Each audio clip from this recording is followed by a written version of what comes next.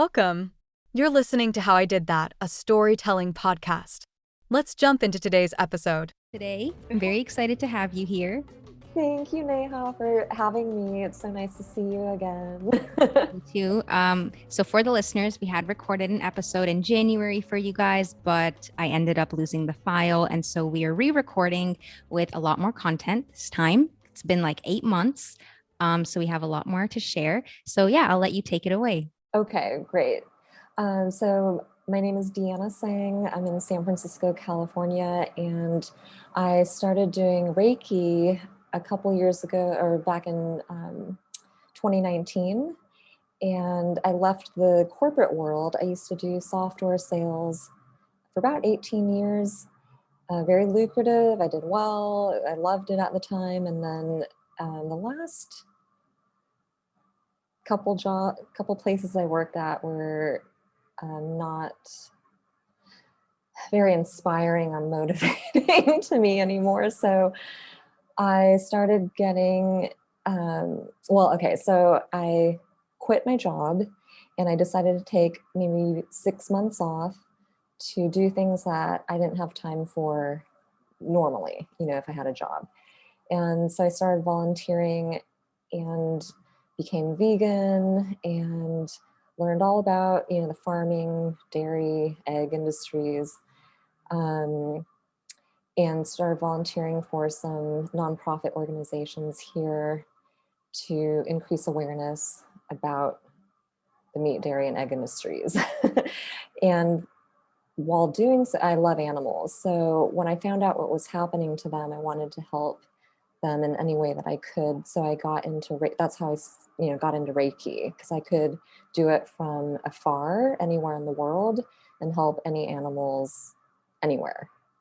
So it seemed to be working. If animals were injured or sick or had a disease or couldn't walk or something, after a Reiki session, they seemed to be better or healed quicker, or just 100%. And sometimes the veterinarians said that they probably wouldn't live past a week or, whatever. Anyway, so it seemed to be working, but I wasn't, I couldn't talk to animals in English then. So I started doing it for people just to get verification. And it was just magical because everyone confirmed that it worked after the sessions, and because of the results that I saw, I couldn't go back to software sales. I'm like, I have to do this. Obviously, doctors and veterinarians are amazing, but sometimes they can only do so much. And so I feel like that's actually a really good time to do energy healing, because it can kind of pick up where they left off. Or sometimes people can avoid taking their pets to the vet or healing themselves and not racking up doctor bills. So when you quit your job, you said it was like for 6 months you wanted to quit originally? Like you had the intention of only going out for 6 months and coming back?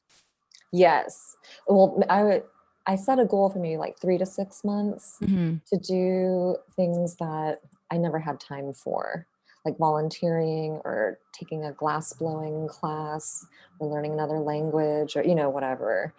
And in doing so, I found my calling and became vegan and just learned so much more about this world and humans. I was like, did you have an inkling of what your like quote unquote thing could be? Like if you're quitting your job, it would be like, do you maybe feel like you might want to start your own business, or you have something else that you could do? Did you have any idea of what that could No. be? And in fact, I was always the person that said, I never want my own business.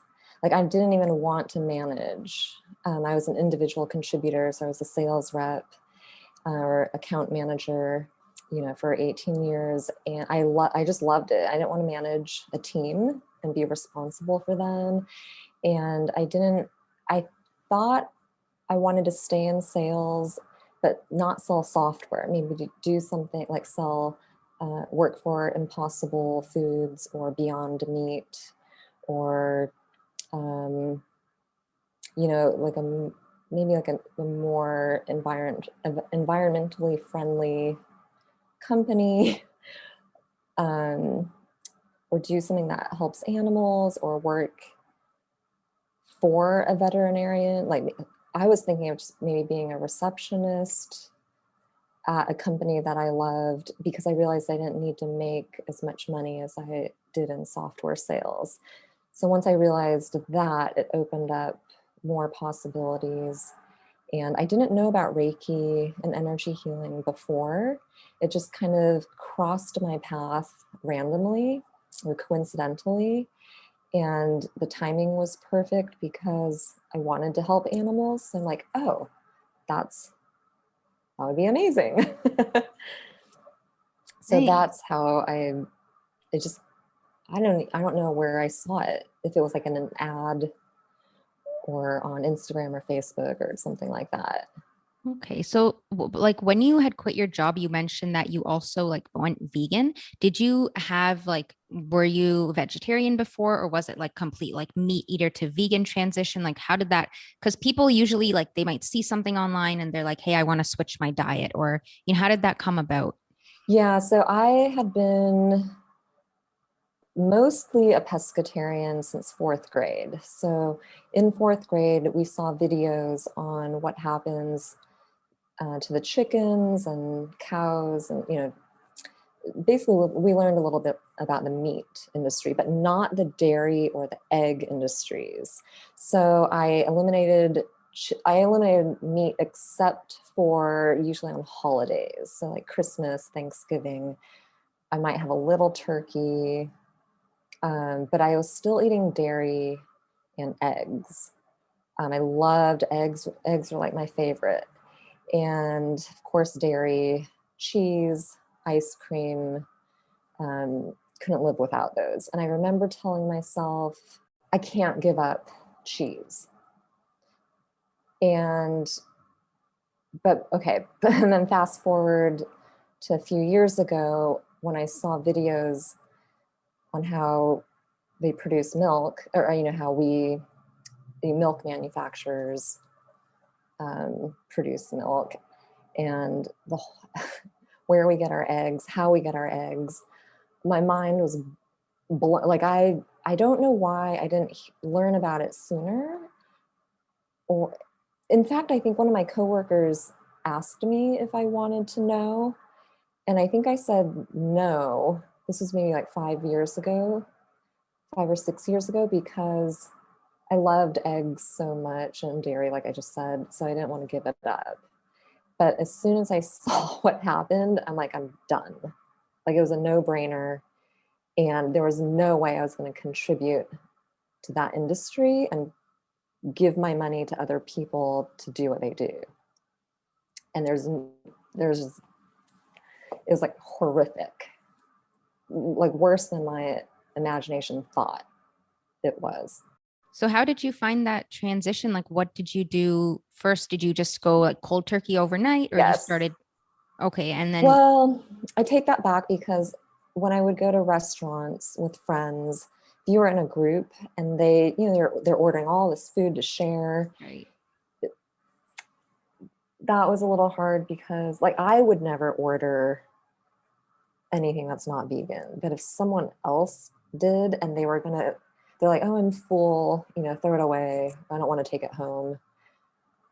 I actually, if it was something that I used to eat and I liked it, then sometimes I would take that home, because I felt like it was such a waste that they already killed, the baby cows, the calves, or what happens to the male chicks when they're born and sent down the shredder. I'm like, there are already lives that were lost for this entree or this dish. So I felt like I might as well, instead of throwing it away. Oh, okay. So I started taking it home, and then I started giving it to homeless people here in San Francisco. So that kind of That's made good. me Yeah. feel better, because I wasn't consuming that. Right. And then I started thinking about the feelings and emotions that went into the food, Mhm. when they were killed or the way it was made. Right. And then when you eat that, like that energy goes into you. Then I felt bad that I was giving it to the homeless people, but I'm like, at least they're not starving. Yeah. And So I think that there's this thing, like I heard the ideology, I guess, of like being ethical vegan, where it's like you're at a potluck, right? And people bring food, but you bring vegan food, and the only things you pay for are like vegan clothing items or vegan food. But then when other people are around you, like in a potluck, and someone brings a dish that has like some dairy in it, and like the deed has already been done, they've already like paid for whatever they bought.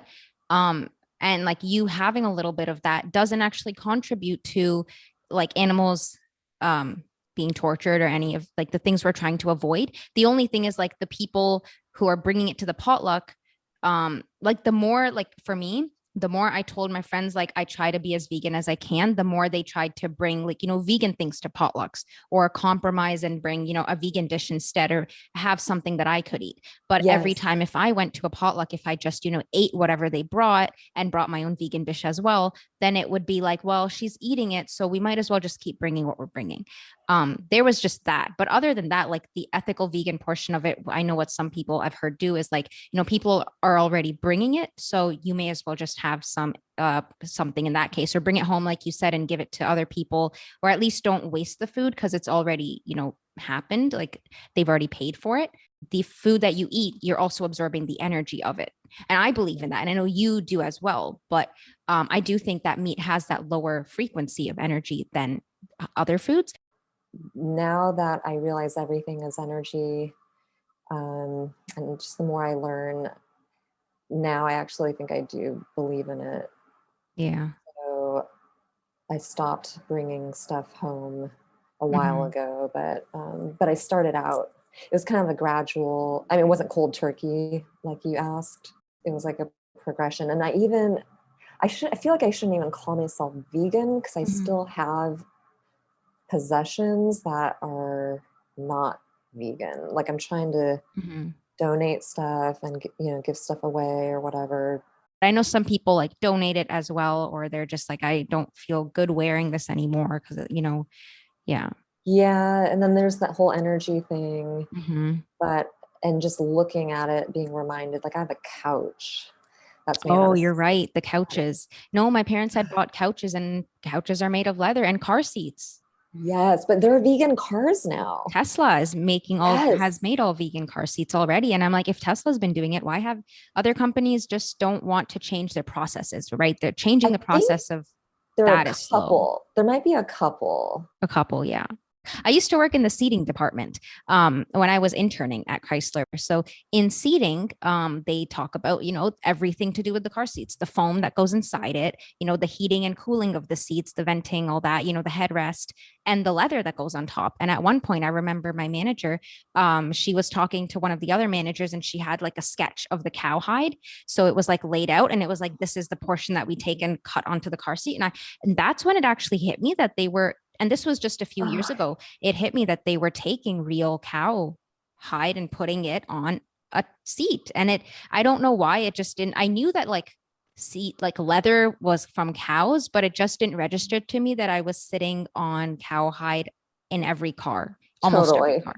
Yeah. Until I saw Yes. her, like I saw that sketch, like, and this was in like the engineering, like product development thing. And I was like, this is in the workplace, and this is tying into, my morals. And it was so weird to see that. But yeah. Yeah. And like, I just didn't realize how How many asleep, things around us. yes, how Yeah. unaware I think I was, or just totally not conscious of where products come from and how they're made. Because like I even still have down pillows, a down comforter. And when I saw how they rip the feathers out of the ducks or the whatever birds they Mm-hmm.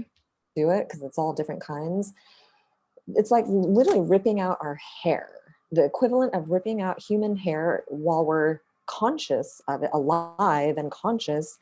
And but not even just that, but they abuse them, like kick them and throw them and bash their heads on the ground or what, whatever. And I just could not believe it's like in my own head, I thought, for some reason, I thought, oh, they do this to dead animals. Like, what I mean? But then Yeah. how do the animals become dead? But then that's a whole nother thing. But they're not even dead. They're alive. Yeah. I think because growing up, it's like we never like heard, like you said, about the egg or dairy industry or about how all the clothing and all the like items we use in our home abuse and torture animals, because it's just like it's not a happy picture and nobody really wants to show that to you, because it's like the seats we sit on and everything we use. For example, when children eat meat, like their parents eat meat, so they give it to their children, right? Some kids might see videos of, what's going on, and they're like, why do we do that to animals? But their parents are telling them it's the right thing to do. So they're like, oh, my parents are telling me, so I guess it must be right. But it looks wrong to me, because when you're a baby, you wouldn't eat meat as a child. You see an animal, you wouldn't go and pick that up. You usually go pick up a fruit or something else that you have. So it's like reinforcement from the world we live in, where it's like you just tuck that away at the back of your head. But also in school we're taught the 5 food groups, right? And meat and dairy are 2 of them. But we don't need meat for protein or milk, for calcium. And I talked about this with someone. Like, I think it's because the government subsidizes meat and dairy. So it's always in the food guide, and then it's always forwarded into the school curriculum. Yes. It's all, the underlying thing is money. It's all about the money, which is, it's so sad. And if we don't get sick, because they know that these food groups are like, have you watched like What the Health, where he talks about how like meat is really like bad for you, but then, and the American Heart Association puts like red, and the Lung Association, like it's so bad for your heart, but then the Heart Association puts it on their website as like something that's good, even though it has like as many carcinogens as asbestos. And then people, like the people in charge, decline to comment and all that. And then it's kind of like you figure out the collusion between the government and these industries, where it's like, if we don't get sick from eating these things, there's going to be nobody going to the pharmacy and nobody going to doctors, and pharmaceutical companies don't make money and pharma companies fund med schools. So it's like this big cycle where you're like, oh my God, like we're just a pawn. I love that movie, Game Changers. Yeah, me too. Because I mean, I love animals, but there are some people that don't care. So I thought it was just a great way to focus on the health. And did it touch on the environment? I think it touched on it a little. I don't know exactly, but it was a lot about like protein and athletes. And I think it was great that they showed vegan bodybuilders and like Olympians, and a lot of people did say, this is one-sided. And I can see why, because it was focused on veganism, but maybe they could have taken, I don't know, more viewpoints into account of people like arguing against it. I think they're showing obviously what they want to show, and then you do your own research. But I think they did a good job with what they did show. And the research I do too, because a lot of people are so obsessed with working out, and guys always want to be bigger and stronger, and women always want to be lean and get rid of the fat and this and that. And so it reached a larger audience. I mean, you just look at these athletes and they're so high performing and have like no body fat and they're strong and blah blah blah. So yeah, I know a lot of meat eaters who watch the Game Changers, which is nice, because even if people don't want to change their diet to veganism, at least, watch some documentaries, know where your food is coming from, know what's going on with the government and these industries. I was talking to someone who hunts animals, and I asked him why he does that, because he likes animals, and he said he wanted to see where our food came from. And I'm like, well, So I suggested watching Dominion, because hunting animals out in the wild is not where our food in the grocery store comes from. Do you know what I mean? So Dominion is such a good documentary. I haven't watched that one. Oh my gosh. So I volunteer with Anonymous for the Voiceless. They're all over the world. It's a nonprofit, volunteers who, usually in big cities, we will hold a TV monitor, anywhere from 1 to like a bunch of others, depending on how many volunteers there are and how many TVs TV monitors we have, but we'll just hold them and people can walk by, and we replay Dominion, that documentary over and over. And I think maybe even a couple other documentaries. And we do it in the busiest parts of San Francisco. We don't reach out to anyone or try to influence them to talk to us. We just stand there. And then people can walk by and stop and look at it if they want and watch and ask questions, and then we'll answer them. But usually there are about, I would say 40 to 60 people that we talk to each time we do it we talk to way more than that, but maybe 40 to 60 people who consider going vegan after they see that documentary. That's a really great way to do it. I've seen videos of this on Instagram. And don't you wear those V for Vendetta masks? I don't know what they're called. That's it. Yes. Yeah. And so it's like that's the anonymous mask, right? Yeah, we don't want like our faces or our Right. nationality or whatever to detract from what they should be paying attention It's to. true. It's a good point, because like if anybody else goes out there to, spread a message for anything, if you're handing out flyers or you're doing any of that, like the way you look, the way you dress, like all of that does, I think, influence people as well unconsciously.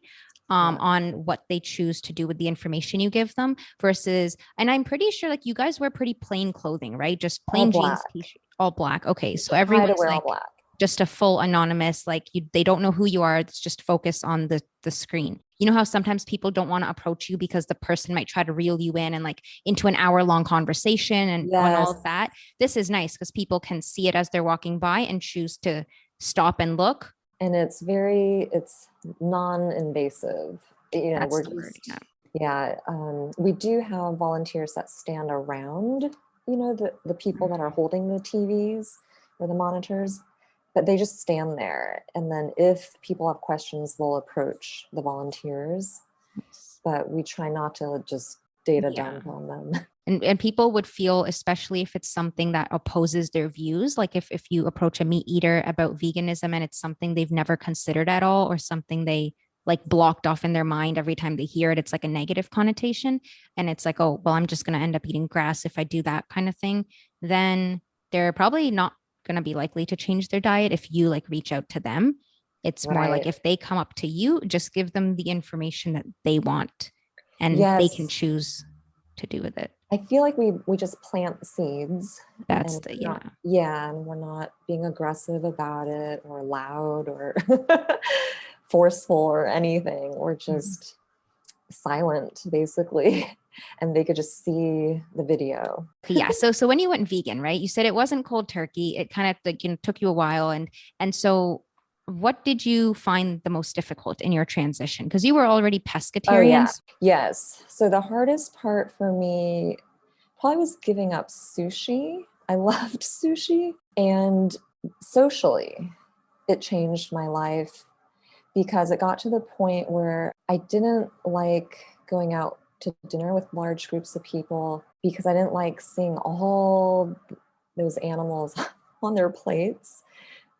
So initially I was okay with it. I was like, because I don't try to push my beliefs on anyone, and I don't require my friends to be vegan. But then I started declining to go to dinner with groups of people because it was too sad for me. Like I just couldn't even look at it.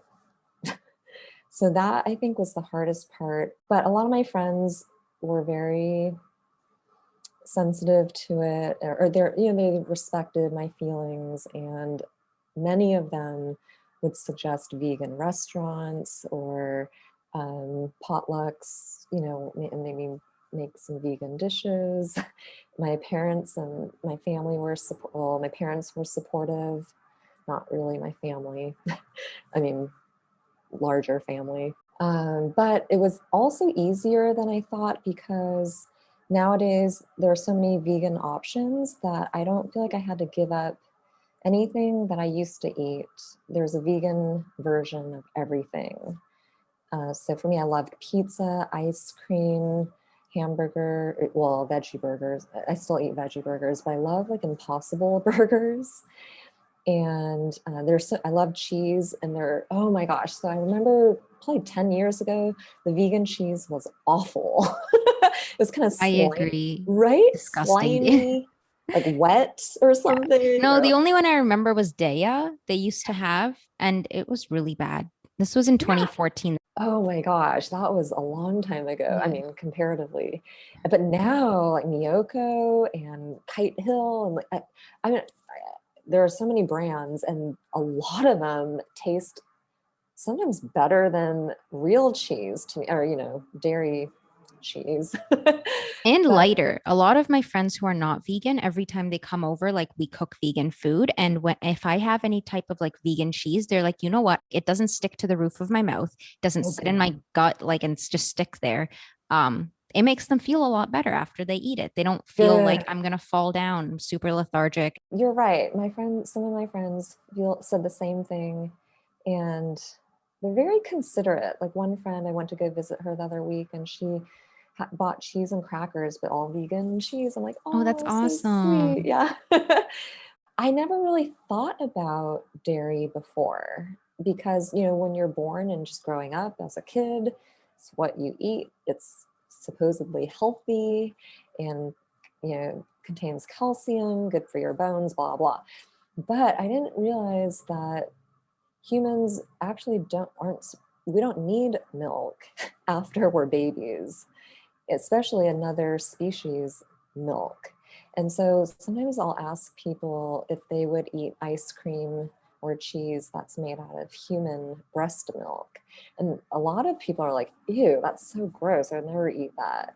Or some people are like, oh yeah, I'd eat it because it's our own species. I'm like, well, what about, would you eat like cheese or ice cream made out of elephant milk or dog milk or cat milk? And most people are like, no.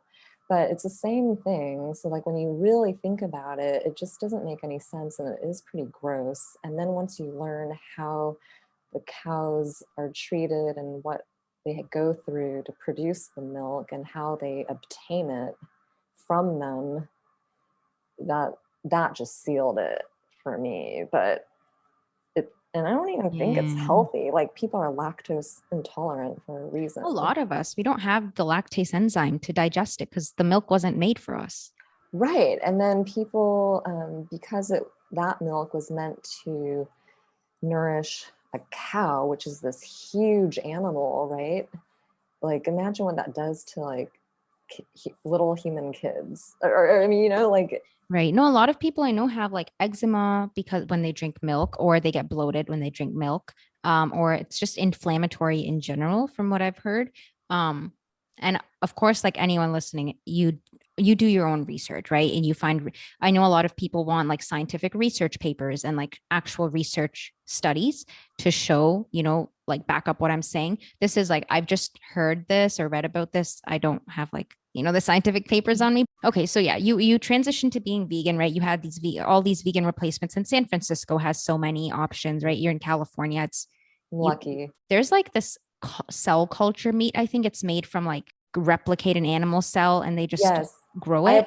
I applied at a couple companies here because I wanted Yeah. to be in sales. So like Mm. that would be amazing. But they didn't think I could apply my software sales experience to selling that, which is BS. But anyways, there was Memphis Meats here in Berkeley, California. Um, but they changed their name, I think last year, early this year. And then there was Just Eggs is Mm-hmm. trying to Or make just egg. chicken, I think, or forget what they're working on. But I tried to work at both of those companies because then it actually is meat, but they don't have to kill the animals for it. They just, like you said, just replicate the cells and Mm-hmm. grow it or whatever you want to call it. And I know right now one burger costs like thousands of dollars, but I'm sure, like, looking at how large of like a computer you needed to store even like a few megabytes of data back like 50 years ago, I'm sure that this kind of thing will take off in the future because Yes. people want the exact same taste of meat. And a lot of people have the argument that like vegan burgers and stuff have even more chemicals and additives than regular meat does. Mm. There was this picture I saw where it was like, what's in pork? It's just pork. And what's in fake meat slash like fake pork, whatever, mock meats, it's all these other ingredients. And they're like, which one's actually healthier? But I'm like, well, you don't know all the hormones and everything that's fed to the animal. You're still eating that and all the chemicals that they eat and all the diseases that they get that comes into your meat. Yes. But and a ton of other, it's like I've heard that argument a lot where it's like mock meats are not healthier because real chicken is healthier or like the real animal is. And I think that thing would be eliminated if they actually just took the animal cell and made meat from there. I think people would be Yes. willing to try it because it would be the same thing, but the process would be different. Yes. It'd be coming from a healthy cell multiplying. Yeah. Yeah. Instead of all Interesting. the antibiotics and drugs and chemicals that they inject or give to the animals so they don't die before they get big. Mm-hmm. So I know that you mentioned, during that time that you were off, that you got into Reiki, but and that you hadn't really heard about energy healing or any of that before.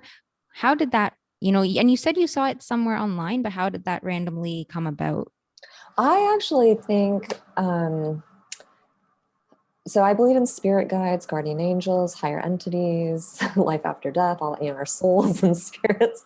I Mhm. actually think um, information, knowledge, people, mentors, teachers, healer, whoever, whatever you need, it's kind of like put in your path at the right time. And I really, because I remember seeing it a few times in different places, whether it was, in an ad on Facebook or YouTube or whatever. And it just caught my attention. So I just looked into it because I had heard about energy healing years ago, but never thought anything of it. And it clicked when I saw it a few times. I'm like, oh, maybe I could help heal animals through energy healing. So I kind of want to know, like, first, what is energy healing? How does it work? Okay. So there's universal life force energy, which is everywhere and all matter, like even physical thing, everything is made of energy. Um, there are different types of energy like Reiki. Um, there's pranic healing. So Reiki is an ancient Japanese technique. Pranic healing is from India. Um, there's like, what's it called? Hanu? I'm probably messing that up. Huna, something like that, but that's Hawaiian. There's a Hawaiian energy healing. So all these different cultures have different types of energy healing, but it all comes from the same life force. So because everything is energy, I feel like it accelerates the healing process because you're healing energy with energy instead of matter. Like it's kind of like the same on the same vibration versus matter. If something physical. That probably doesn't make any sense. Well, that makes so much more sense. Like if I were to explain it to somebody, some kind of negative energy, right, in their body that Yes. caused it. So you're healing it with positive energy versus healing it with something on a different frequency, like some kind of like laser or Yes. something. Or drug or Yeah, yeah, yeah, medication or yeah. Oh, something oh, that's that's awesome. manufactured and synthetic or whatever. So it can help, with physical issues, mental, emotional, spiritual. I believe, well, not, uh, a lot of people believe that everything is interconnected to the point where I believe, after doing a bunch of research and talking to people, that we manifest our physical conditions, whether it's good or bad. So you can manifest diseases, right? Stress, anxiety, trauma, PTSD, things, and all these negative emotions that we may think we let go of and released. Sometimes, they still stay inside of us deep, deep down, even though we think, we're over it. It just starts building up and accumulating over time. And usually it will come out in some type of physical pain, like aches and pain, or an illness or a disease, or some kind of chronic, condition. And a lot of times doctors don't even have answers or explanations for things that they've never seen. I have clients where doctors have never seen this before. And a lot of it is tied with events from the past, like negative traumatic events or childhood, or these belief systems, these, are everything that society might teach us, or our parents, or school, or peers, coworkers, employers. They start putting certain, not intentionally, right? But we start forming our beliefs and our identity based on our surroundings and whoever we're around and who's teaching us things. But what I didn't realize is not all of those things are accurate and right or correct. You just internalize it as the truth because that's what you're told or taught, or, it's what mom and dad said, So I started questioning things, and I feel like just like we can manifest good things, we can also manifest the bad, which is good news, because if we are sick, we can manifest being healthy and whole and healed. And energy healing, I think, is a way to accelerate it. So it brings things to the surface of the body that need to be acknowledged or dealt with, or just lifted out and released and let go. So sometimes emotions will come to the surface, or memories, or people that my clients haven't thought of in a long time, or they might start crying, or feel irritable, or have feel some type of negative emotions, and it's all part of the body's way of getting it out. So instead of sitting with maybe those emotions for years and years, I feel like energy healing and Reiki can just help get it out faster and help you deal with it. Sometimes in one session, like, I help a lot of people with back pain or neck pain and shoulder pain, even like cancer or pancreatitis, or, all these chronic diseases can be reversed. And but a lot of physical pain can be eliminated in like one session. I think it just depends on what caused it, what's associated with it, and how open people are to working on themselves and being more self-aware and conscious of their thoughts and emotions, and becoming a better person and changing and growing and learning, or playing the victim. Like, this is happening to me, like they don't like to take responsibility for their illness or disease. They think, oh, it's something that's happening to them, instead of them manifesting it through their own thoughts, beliefs, and feelings and emotions. Sorry, I don't know if that made any sense. No, it did make sense. Like, I was wondering, like, can this work for anybody? Or is it like, if you're skeptical in it yourself, would it not work for you? So it can work for anyone, but I feel like it's faster if they are willing to take some type of responsibility and take action. Okay, for example, a lot of type A people, I used to be very type A. They have to be in control. They're always busy. They don't have time to sit and relax. They don't have time to meditate. They don't want to meditate. They always have to be productive, and they're on the go constantly. And do you know what type of person I'm talking about? I feel like those types of people, energy healing will work a little slower. So with them, it's definitely going to take multiple sessions, and the pain will, or whatever it is, it will decrease. Like, usually people see a difference right after a session. So they don't have to wait a day or a week. They'll see a difference immediately after, and they might see more of a difference after a week, but they'll definitely notice something immediately after I'm done. So the more type A people, I think they have maybe more blockages, and they're more resistant to taking ownership. I think they don't really understand how manifesting works and how their thoughts, beliefs, feelings, emotions cause their physical conditions. Like they don't think that they have anything to do with cancer or whatever, hip problems, or you know what I mean? Mm-hmm. Like even I was the same way. Like my knees, I couldn't walk at one point about 5 or 6 years ago because I was a runner.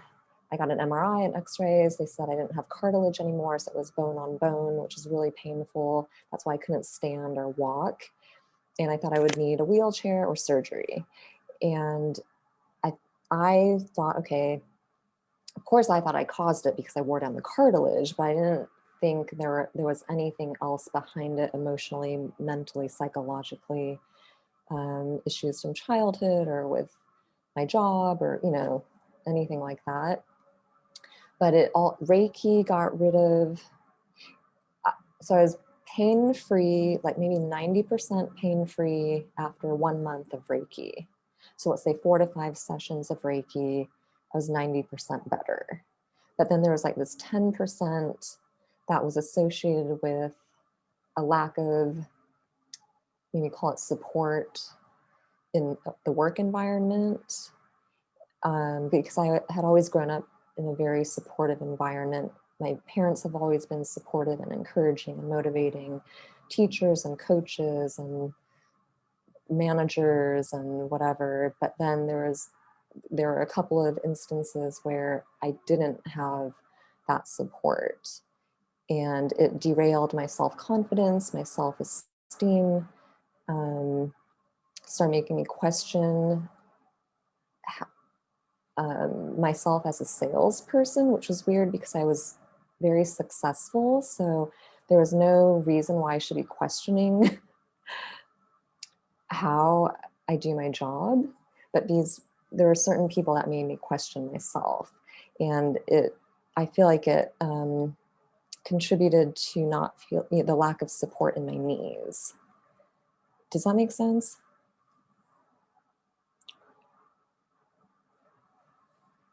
Yeah, that makes sense. So kind of like there was that little bit, that extra portion that was not healing because there were things you had to acknowledge.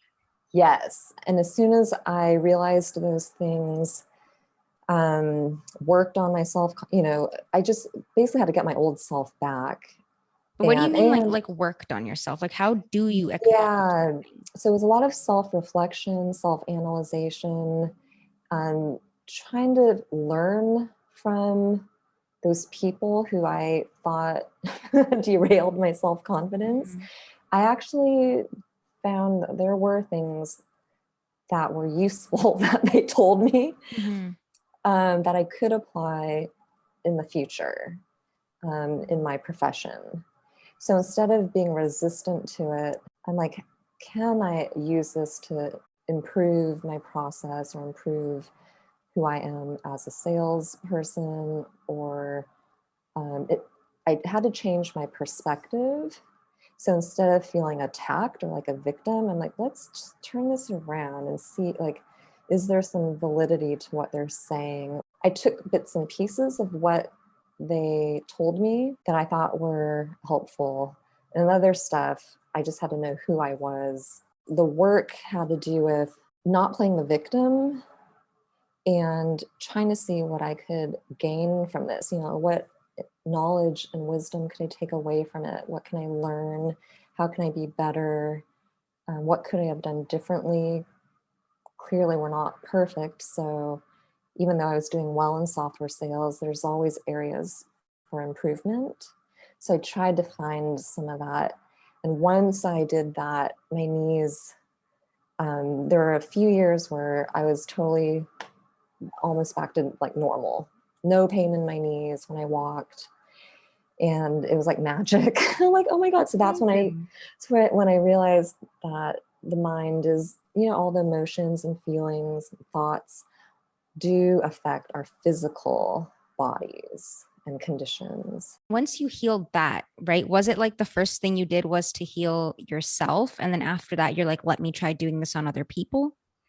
Yeah. So for me, first I wanted to heal animals. Like, I feel like I was I love animals. That was kind of like my passion. I wanted to be a veterinarian, but blood makes me queasy and I just can't handle that stuff. So that was out of the question. I'm like, oh my gosh, this would be perfect. It's like the next best thing. And so that was so fulfilling and rewarding to see the animals flourish and be taken from these horrible conditions and environments and then be able to live freely and happily and, be safe and protected and everything. But as soon as I started doing it for people, that was even more rewarding, I think, because I'm an empath. And so I feel like now I'm learning vicariously through them. So if I put myself in their shoes and I learn from them, I'm hoping I won't have to go through what they're going through. I could just do it vicariously. So it was animals first and then myself. And once I realized I could do this for myself, and then I started practicing on family and friends, and it worked for them. That's how it started. So I'm like, I need to do this for anyone who is open to it. How does that work? Oh, so it could be done from afar, from a distance, remotely, or it could be in person, obviously. So you, as a Reiki practitioner, we are connected with the energy source. Like, we go through training and they do what they call attunements, which is, I don't want to call it like a ceremony or anything, but it's like there are symbols involved that connect you to the source. And then when you say them and draw them, it activates kind of like the energy, and I feel it in my hands. So, when your foot falls asleep, or maybe if your hand falls asleep, kind of starts tingling, and then you feel the needles, you know what I mean? It's, so to me, it feels like that very beginning part where it starts to kind of tingle. And that's when I can feel the energy. I know it's flowing. And supposedly it comes down through our crown chakra on the top of our head, from the universe or from the source. And then it goes down through, like, down our neck, our spine, probably through the chakras into your root chakra, down into the earth. Then the energy comes back up from the earth into my root chakra, up my back to my shoulders and out, down my arms and out my hands. And it continues to do that.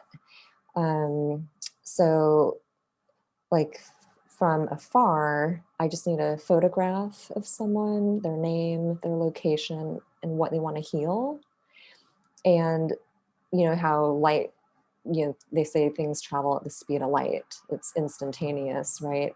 So light is energy. So when I do energy healing from afar, I actually use a teddy bear as like a surrogate. It represents my client. And so if my client has a headache, for example, I can put my hands on the teddy bear's head, and that's where my client is going to get the energy instantaneously. So I can help guide the energy. Like, ultimately, the energy will go where it's needed. So I don't know, maybe in order to get rid of the headaches, maybe the energy needs to go somewhere else first, maybe the sinuses, or, who knows. But so it will go where it needs to, but I can help guide it.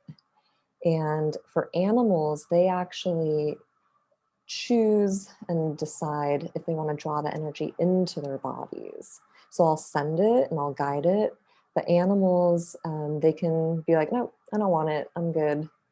And so I could be sending it for like, an hour, and they may be like, no, but they never do. Like, animals love Reiki, and they are so receptive to it and responsive. So their results, I feel like, are super fast because they don't have as many of the emotions and psychological, mental, issues that humans do, that we develop over, 50 years or whatever, or 20 years. Wow. So animals always, I feel like, accept it and draw it into their bodies. People you have to have their consent. So, like, I had one client who's like, can you send this to my husband? And, I don't want to tell him, can you just send it? But this is when I first started doing it. So we tried it. And it didn't work. Obviously, it was for his highest good. It wasn't for anything weird. But you have to have their consent, and you have to pick a certain time, day and time, when you can just relax and not do anything. So that means don't watch TV, don't talk on the phone, don't sit in front of your computer and get online, don't read. You just literally have to sit or lay down and just be receptive. And it's not like meditating where you have to clear your head. So you can just think about whatever while you're sitting or laying down. And then that's it. And you can play music if you want. This is from afar, play music, or I think stretching is okay. I have a client who just will sit on the floor and stretch. That's totally fine. I think even walking might be okay. Like just like a walking meditation type of thing, just not talking to other people or interacting. You know what I mean? And then usually it's my sessions are typically 2 hours, because there's a lot of things. I want to clear out your body first, make sure there aren't any blockages, and then send the energy so that you receive all of it. And then in person, you just lay down on a Reiki table or massage table. I just have people take off their shoes, but you leave all your clothes on, so it's not like a massage. I had a couple clients that got naked, and I'm like, nope, you can leave your clothes on. And they always say, take off jewelry, take off watches, whatever, belts. But I actually I don't think that interferes. I mean, I could do this from across the world. So like a ring or an earring or something isn't going to make a huge difference. When you before, when you were talking about like you did it on yourself, right? Right before that, like, had you taken classes before you started any of this? Because I know you had mentioned it to me, but like in the episode you hadn't. Right. So I had taken I did animal Reiki training, and that was actually just online. And I know a couple of other people that took the same class, and they couldn't do Reiki after, and I don't know why, because they say everyone has the ability, right? So I'm not sure why they couldn't do it, but I had just done animal Reiki, that's it.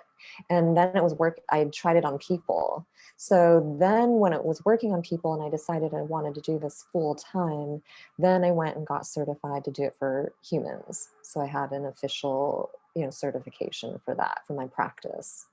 But I didn't necessarily need to do it because I was already doing it. So it was really interesting. There were a couple of psychics. They're not psychics for a living. One owned a restaurant. The other one is a tech writer, but they're both psychic. And I met them through a coworker / friend on 2 different occasions, and they both said that I came from a lineage of like first they thought I was a healer, and they said I was came from a lineage of healers. But back then, that was probably like, now it's probably like 10 years ago or something like that. And I had no idea what they were talking. I didn't know what a healer was. I didn't even Google it, because back then I was doing so well in software sales. I was thinking, well, a healer probably doesn't make as much money as selling software. So I'm like, I just didn't even look into it. And I'm like, Chinese herbs, I'm half Chinese, half Japanese. So I'm like, maybe it's like, it has to do with herbs, medicine. I have no idea. And then after I started doing Reiki, that popped into my head, what they said, my conversations with them. I'm like, oh my gosh, I think this is what they were talking about. And they don't know each other. So that was also interesting. But yeah, so it's spiritual ancestors and like that type of it's not like my grandma, like my physical human ancestors. Oh, You know wait, what what I are mean? spiritual ancestors? So we have like soul families, spirit guide, like, well, this is my own beliefs, right? But there are all these it could be on a spiritual level, a soul level, and then we have our human experience, so it's we pick different souls to incarnate with us in different lifetimes to help us learn certain things specific to that lifetime. And so there are certain ones I think who we're kind of with all the time, maybe like in every lifetime or multiple lifetimes. We're kind of like a soul family. But there are some, spiritual ones where they may not incarnate with you, but they're still, you're still connected or tight with them, maybe. Oh, I see. Oh, that's really cool that, you heard this from two different psychics. Yeah. And this was like years before you knew anything about it. I didn't even know anything about spirit guides back then. Or Wow. like I wasn't religious or spiritual really. Mm-hmm. So all of this is new, but I'm just being guided. So that's another thing. I'm not doing it by myself. I never take credit either for what happens, because I might help facilitate it or influence it, or maybe there are certain things I do use to accelerate it or amplify the energy. Or I also heard the more healed you are as an individual, you're a more clear channel for the energy to flow through. So that also might help facilitate the energy, but it's definitely the universal life force energy, not me. So when people are like, "Oh my God, you're amazing," or I'm like, "No, it's not me," because they I don't know if it's my spiritual ancestors or the ascended masters or someone, but sometimes they move my hands during a Reiki session on my client. So if they're not exactly where they need to be, my hands will slide and it feels like they're like on rollers and I'm going to fall and like it's not going to stop. And even though they only move it maybe an inch or two, it feels like I slid like a foot or something, and then it'll stop. And I'm like, oh my gosh, what just happened? Oh, that's so cool. I didn't do it. Like I'll just be standing there. It's not like I'm off balance or anything. And then all of a sudden it feels like I'm slipping and falling forward. But they've done that about maybe like 13 or 14 times in the past couple of years. And the first time it tripped me out and I was a little scared, but now I kind of like it. I'm like, oh, that's so cool. When you did these classes, right? Or at least for the animal Reiki one, you said that from what you were told, anyone should be able to do this, but a lot of people who took the class weren't. So do you think it's just because some people like you might be more prone to this energy healing in the first place? I think this is just my instincts, but there are a lot of people who were healers in past lives. That's what those people said I was a healer also in a past life, and I'm wondering if that helps amplify it or something. Like you're bringing past abilities also maybe with you to the current life. I'm not sure, but I do believe in healing yourself first. I mean, healing obviously is a lifelong, ongoing process. I have so much more to go, but I feel like the more healed you are and aware of things, it does create a clearer channel that's more open, and the energy can flow, maybe even more energy can flow through it smoothly, or more smoothly. Ooh, and it might also help that you're vegan, because you know how you are associated like Yes. negative energy with eating animal products? That energy won't be in you, right? Your energy uh, Yes. might be higher at higher frequency. Yes, because food is also important, is interconnected with all of this too, because what we eat is what we are and what we put into our bodies. So you're definitely right about that, I think. Mm. Yeah, I thought that, yeah, that might have had something to do with it. So could this be preventative? Like, for example, if I think that I have a history of like cancer in my family, I want to make sure that I don't get it. And so when I'm nearing, if like every other generation has had, breast cancer by age 40, then when I'm nearing age 40, I'm like, you know what, maybe I should get energy healing done in case there's anything starting to form, it can eliminate itself. Does it work like that? Yeah, so it can help boost your immune system for sure. Um, Yes, boost your immune system. So like kind of be yes, preventative to any. yes, exactly. So I have some clients that do it regularly, preventatively. So even though they don't have physical aches or pain, they're not sick, maybe they're a little stressed here and there, with work or something, they still do it because it helps them raise their vibrational frequency level. Like we just said, boost your immune system. But it also helps you, it, you're not conscious of it, but it does help you be more conscious and aware of yourself and your thoughts, feelings, and emotions, and recognizing signs and receiving messages or um, connecting you with your higher self or changing your beliefs and recognizing patterns and triggers and things like that. So, just like how we just said you can manifest diseases. So, one of the reasons there is a history of, let's say, a certain type of cancer in a family is because they've been told that that can be passed down from generation to generation, or that type of disease usually is passed down or whatever. So then you start to believe that, because we believe what doctors tell us.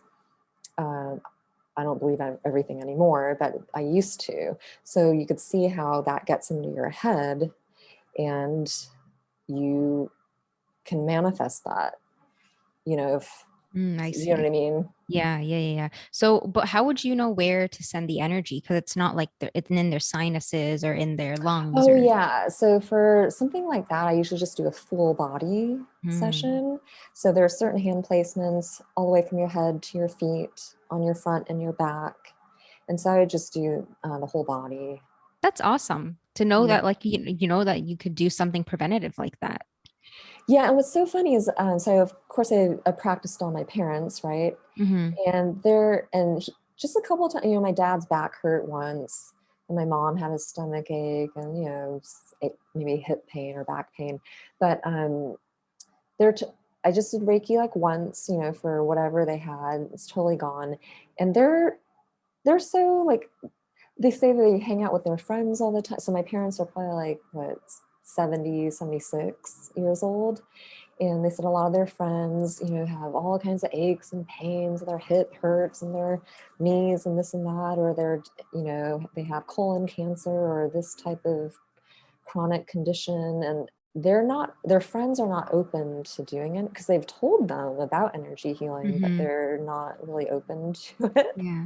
which And is, I guess it's kind of like, I know some people are like, well, if I'm spending money, I need to make sure that, it's legit. But also when it's like someone that you know personally and it's worked on you, then you want to spread the word. I think it should be on the table for people to try, even if they don't believe in it. It's something that, yeah. that should be an option available to people, or at least more people should know about it. Yeah, and I think some hospitals, like there's some nurses that were, hospitals I think are doing Reiki for their clients. Um, but it's not all, obviously not all of them. Right. But I And think like you said, not every person who practices Reiki does it the same because you had it like as in your spiritual ancestors, but not everyone has that power. well, I just realized too that everyone's just different. So, there are all these doctors, right? But they all do different things and have different abilities or skills. And even though they say it's universal, I did notice that I have some practitioners that come to me to help them heal themselves, which I initially thought that was a little odd because I can heal myself. So I was thinking, well, why don't they just heal themselves instead of coming to me? Do you know what I mean? But so there are some people that can do Reiki, but they're unable to get rid of their pain. And then I facilitate it and the Reiki gets rid of it. So that derailed what I thought, because I thought once you go through training and you're connected, everyone can do the same things. but it's not the case. So it's just my observation. Right. That people have Um, like different abilities, even in the same yeah, field. yeah. Like some people, like what this one practitioner said that they were treating someone who had cancer, but nothing really like Hmm. happened, you know? Hmm. Um, one of my friends, she actually has brain tumors, and her doctor said that he basically gave her a timeline, Hmm. and he's so by August, July or August of 2020, he basically gave her till then, and that was January of 2020. He said that. So February 2020, I started doing Reiki for her from afar. Hmm. She's in Colorado and I'm in California, and by I think it was June, it was either June or July. She wasn't doing chemo. She was just doing the immunoglobulin. What do they call them? The shot. It's like a immune. Yeah, I don't know what it's called, but I know what you're talking about. Yeah. Yeah. So we all cancer patients get that. It helps boost your immune system and your T cells and your white blood cells. So, but she had been doing that forever. Didn't want to do chemo because she had done that maybe like a year ago, and she said she couldn't go through that again. And so it's just that those shots and then Reiki, and her tumors shrunk in half. I got an update about a month ago that one tumor is gone. So she's just completely tumor free. Not tumor free. Okay. Those tumors got shrunk in half, but one of them is gone. That's insane. And so you've been doing it on her for like a year and a half now, since January Yeah, 2020. yeah. And And it so, must have been like even stage 4 cancer or stage 3 or what, like the last stage at that point, because the doctor had just given her those few months. right. So that was Wow. scary, but yeah, so we just did it from afar, and she wasn't like a believer, but she was open. She's like, I'll try anything, you know, because Right. she's also in pain and taking a bunch of, you know, Right. medication. And so the Reiki also did help with the side effects for the you know, the Hmm. medication, like any nausea or headaches or pain. You know, sometimes the medication didn't get rid of all of her pain. Hmm. So Reiki actually would get rid of it, but we had to keep doing it because sometimes if the pain is like excruciating, Hmm. the Reiki effects don't last infinitely. So we had to keep doing it. So So she sometimes didn't have to keep constantly taking like a painkiller. I think she did. Okay, yeah. Because I I think, heard that like it is very painful. You're constantly on yeah, medication. Yeah. yeah. So she had to keep doing that, but I didn't have time to do Reiki for every day. Mm, So usually it was like maybe once a week. wow. So Uh, like for people who are trying to keep it preventative, like do you recommend they do it like once a month or how if because they don't have anything mm, actually like wrong with them? I don't think they need to do it once a month. I would say maybe like once a year. Hmm. And or depending on your stress level, you know, someone's stress if they're stressed out all the time and they're not sleeping because they're working so much, or they have family or relationship issues, or you know, something, maybe something like that, maybe twice a year, Ooh, something like that. Physical pain, I think, is different. I always tell people to just listen to their body. right. So Reiki might get rid of it in one session or reduce it, and they'll notice the pain reduction. And then in that type of situation, I would say maybe like every other week or once a month. But my clients, it's not like they've had to do it like every month for a year. That Some, was like a special case. yeah, oh, right, Yeah, right. Like yeah, something yeah. like cancer or some type Yeah. of, you know, hardcore disease might take longer, because I think because of all the emotions and Hmm. beliefs and stuff that are also associated with it. But other things like carpal tunnel or um, broken foot, Hmm. broken toes, things like that. Like I remember one of my clients kept breaking his foot like in different places. But I remember the one time he went back to the doctor, and his doctor didn't understand how it healed so quickly because he was supposed to be in a, you know, an air cast or a cast or whatever for so many months. And he's like, I think you can, I think you're okay. So he's like, I think you can take it off. And then only, I don't know how Wow. long, like within like a month, maybe. Of you doing Reiki on him. Yeah. And I think I only did it like once or twice. When then he went back to the doctor, and his doctor was like, Oh, I see what you mean about it, like accelerating that yeah. because it would have healed in a longer amount of time, but you just, put more positive energy into it and it healed quicker. Same with COVID. So clients who maybe have a runny nose and a cough and a fever or whatever, they might have it, let's say, for a week. They waited it out for a week. It was getting worse or not going away. And then I did Reiki for them. And right after, like one of them, like their nose was running more. One of them was coughing more. And so they're like, oh no, it's getting worse. And I'm like, no, no, no, no. It's actually just accelerating it to get it out. So, and then of course, sure enough, they stopped coughing like after, like the next day, the cough was gone, or like the runny nose was gone within a few hours. So it was just accelerating it and getting it out. And then instead of having it for another week or a month or whatever, it was gone in a day or a couple days or a few hours. That's amazing. And also like about your friend who's like, so are you constantly doing like Reiki on her still to get her to get her completely tumor free? Yeah, so with her, it was on average once a week. But I learned a new technique where I can send Reiki to someone up to 3 days, and for 2 hours each, like Okay. automatically. What do you mean like up to 3 days? So, like, I can send you, like, I could kind of like schedule it. So I do it, right? Oh, But yeah. it doesn't have to, I don't have to do it at the same time. Like, you don't have to sit down and lay down Yeah. right when I'm doing it. So like I Mm-hmm. could do it for you, when we get off, Mm-hmm. when we hang up, and schedule that 2 hour session for you to take effect when you go to bed. So That's so cool. yeah, and I don't even need to know what time you're going to bed.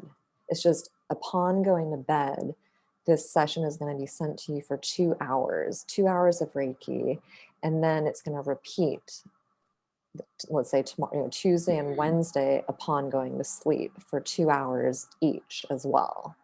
Wow. So how did you like come across that?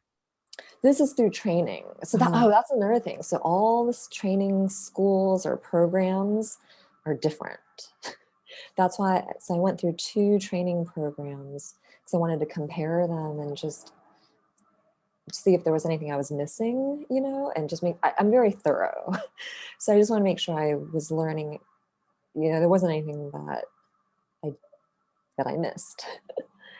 But they're all different. So the most recent one I went to has like a shorter human lineage.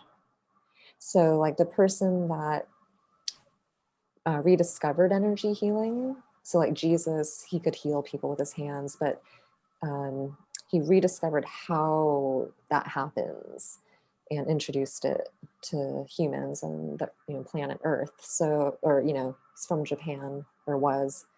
So Dr. Usui, basically. And then he taught people, right? And then they taught people, and then they taught people. So this one lineage is pretty short. It might be like 5 people. So I might be 5 people from Dr. Usui.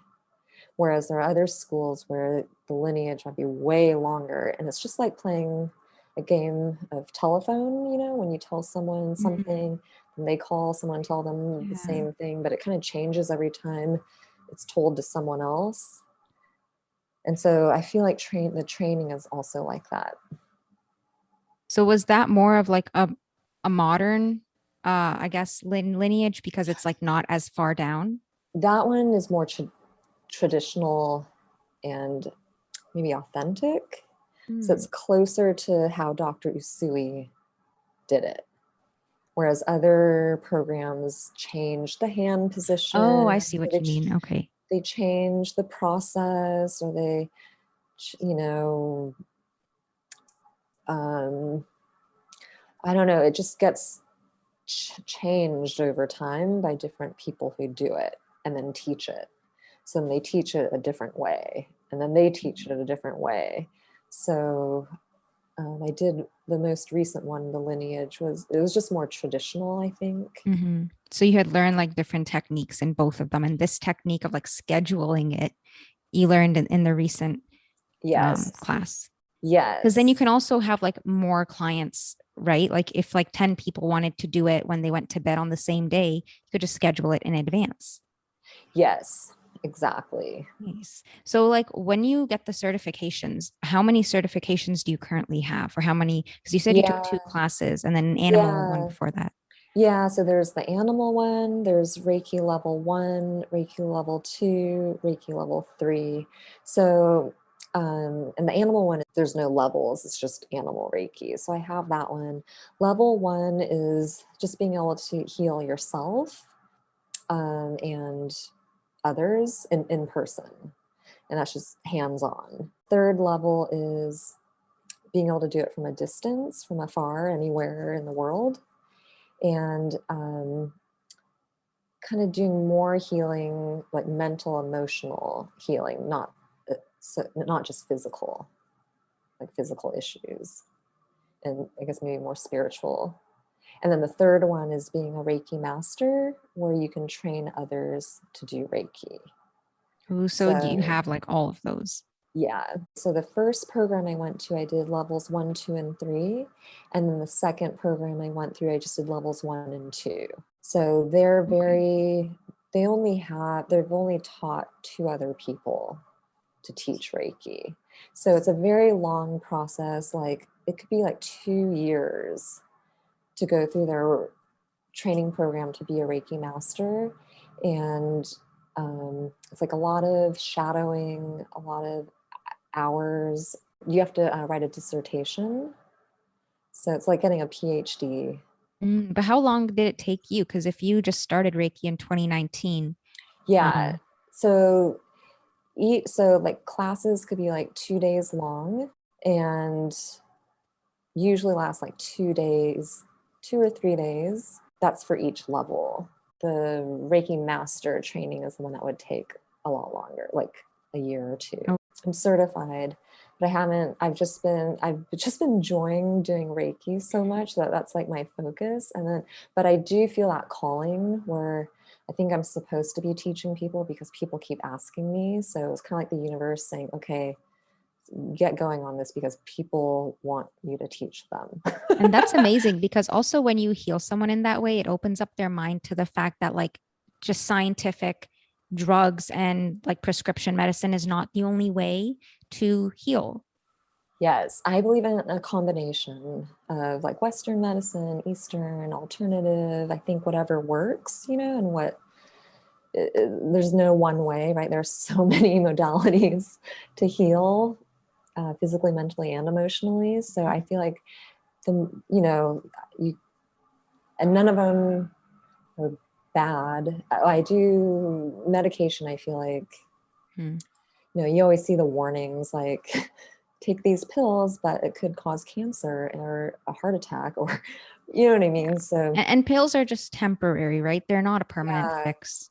Yeah, I think they're good for certain symptoms, and I think it's good for those, but then long term, I personally wouldn't want to keep taking them for the rest of my life or for months or years or whatever. How can people book you then if they want to get in on a session?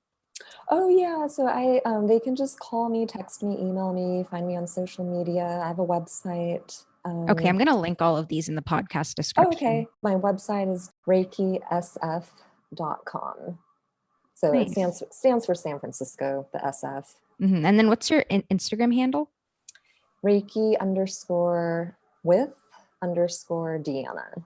DEANNA. Nice. Yeah. What are your hours usually like? In Pacific time in California. So I've been trying to do it like just Monday through Friday during business hours. Because I was trying to establish more work-life balance because I learned the hard way in software sales and I never slept and I worked around the clock on the weekends. But sometimes I make exceptions, for people, especially if they're in a different time zone or they absolutely can't get out of work, at certain, during the day. So I try to be flexible, but then I also try to set some boundaries at the same time. I really enjoyed this conversation. And I think it was really interesting to kind of have insight to other spiritual things that nobody around you, how do I word it? Like, I would never have known about this. Like, this is not something you learn in school. This is not something you learn from Yes. your family unless you know somebody who does it, right? Or you have like a friend or a family who does this because it's not really commonly talked about. I didn't know what Reiki was before I saw your Instagram profile, or that it could be used to even heal something as far as cancer. Yeah. Yes. Yes, it's definitely an option that a lot of people aren't aware of. That's why I try to post testimonials and stories so that people can understand what it can help them heal with. And I hope with this podcast too, people can get a better understanding of what it is and feel more comfortable like approaching you or trying to contact you to get it done. Yeah, I think Yeah. the hardest part for some people is asking for help. You know how some people Mhm. don't, I don't know, for some reason they just they don't ask for it I think people or also have to acknowledge that like these kind of non-science, it's not something science can explain. It's like more spiritual. You have to acknowledge that it exists. And a lot of people don't know or want to acknowledge that there's another realm there. exactly. In my building, there are a bunch of doctors, and I've hung out with, seen them at some events in our building before, and they don't want to talk to me about energy healing at all. Yeah, yeah, because they're like, oh, here she comes. Like, Yes, yes. And where's the scientific proof and yep. everything? I should mention, I also provide free consultations. Hmm. So, a lot of people, most people don't know anything about energy healing. And so I'm happy to, chat with them and explain how it works and answer questions they might have and set their expectations just so they feel comfortable. And also I tell them, they're not obligated, and there's no pressure to book a session with me after the consultation. It's purely informational. And then they can, go and process everything or sit with it and think about it. And if they want to try it later, then they can contact me. But other than that, I just want to help raise awareness and explain how it works so that, even if they don't come to me, maybe they go to a different Reiki practitioner, they just know that it's an option. Right, right. And that's really great. Also because like sometimes people feel like if they approach you, then they're obligated to, book a session. Right. It's nice that you have the free consultation there as well. I think that Okay. about wraps it up. So Okay. yeah, thank you so much for joining. I'm really glad and Thank really happy to share this you. episode. Oh, I appreciate it, Neha. You're so sweet. Thank you. And that's a wrap. Thanks for tuning into today's episode, and we'll see you next time.